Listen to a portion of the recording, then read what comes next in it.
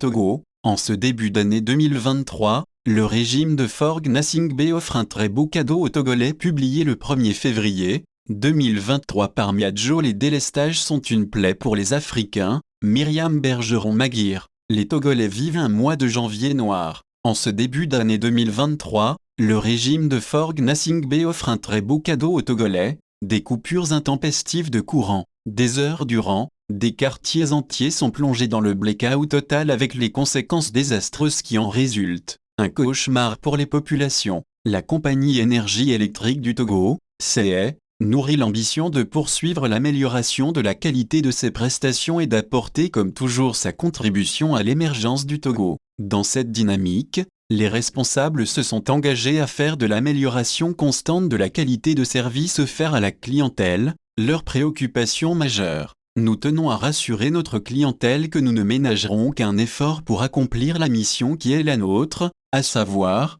garantir la continuité de fourniture d'une énergie électrique de qualité partout sur le territoire national, assure-t-il. Une chose est de prendre des engagements, une autre est de pouvoir les respecter. Manifestement, la direction de cette société n'a pas les moyens de sa politique, puisque la qualité de service ne suit pas. Après les pires années de délestage récurrent qu'a connu notre pays, on pensait que ce fléau porteur d'une immense détresse au plan économique et social, était une histoire ancienne. Mais en cette nouvelle année, les coupures de courant reviennent en force. Cette société gangrenée par la mauvaise gestion, la gabegie, la corruption et les détournements. En 2016, par exemple, près de 20 milliards de FCFA se sont évaporés dans la nature, pendant que la société était criblée de dettes à hauteur de 54 milliards. Un audit financier réalisé à l'époque avait révélé des manquements graves, des résultats insuffisants et des problèmes de gouvernance. Et ce sont ces problèmes de gouvernance dont est tributaire la CE à nos jours, avec les interruptions répétées et prolongées de fourniture de courant.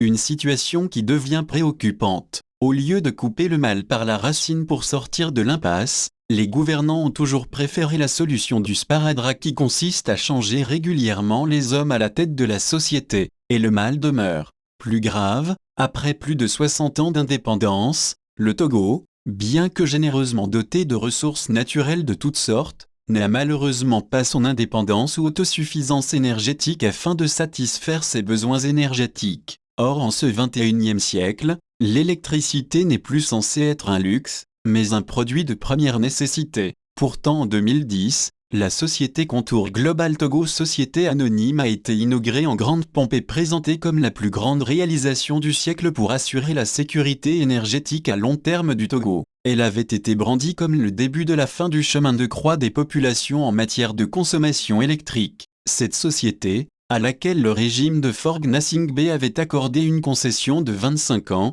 pour construire une centrale thermique de 100 MW à Lomé, a eu l'éclat et la durée d'un feu de paille. L'approvisionnement en électricité plus fiable à des prix compétitifs promis avec tambour et cymbales n'a jamais eu lieu. Contour Global fut plutôt un énorme scandale et un gouffre financier, et le déficit considérable en électricité dont souffre notre pays depuis des années continue de plus belle. Medara Meutep Libère Togo.